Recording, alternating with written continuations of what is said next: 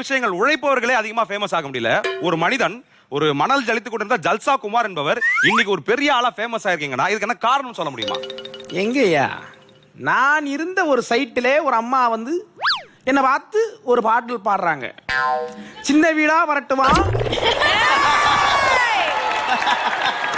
Listen one thing.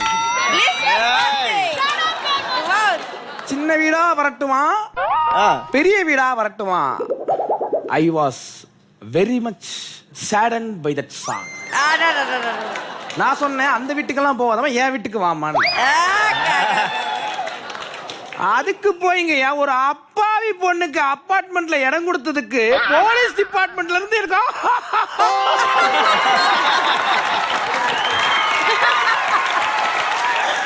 வச்சாம்பா எனக்கு ஆப்பு.